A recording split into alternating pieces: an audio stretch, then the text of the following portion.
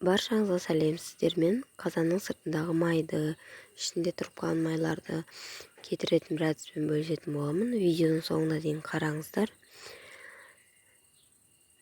Ең алдымен қазанымызды газдың үстіне қоямыз.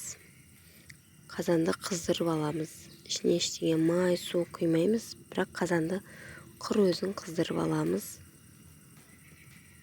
Қатты ыстық болу керек. Мен кем дегенде 5 минуттай қойдым. Сосын үстінен средствомызды шашамыз. Мен қолданып жатқан зат ол химикат. Осылай көпіреді өзі. Майлардың бәрі байқасаңыздар бірден ағып жатыр. Осылай реакция жүру керек. Қазанды жақсылап қыздырыңыздар. Осылай шашып мен 15-20 минутқа қойып қойдым. Майы қалып кетсе, тағы да тура осылай қазанды қыздырып, тағы да қайталап шашсаңыздар болады.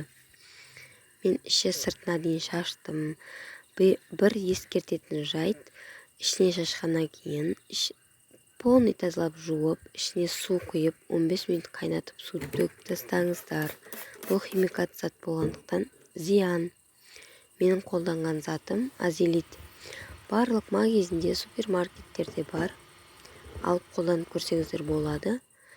Міне менің қазаным осылай майы кетіп тап-таза болып шықты. Енді астындағы қап-қараны кетіре алмады, но бірақ майын бәрін алып түсті. Ішін сыртын осылай тазалап алдым. Астындағы қарасы кетпеді, бірақ жан жағындағы майы мен ішіндегі майлары кетті. Сіздер де жасап көріңіздер.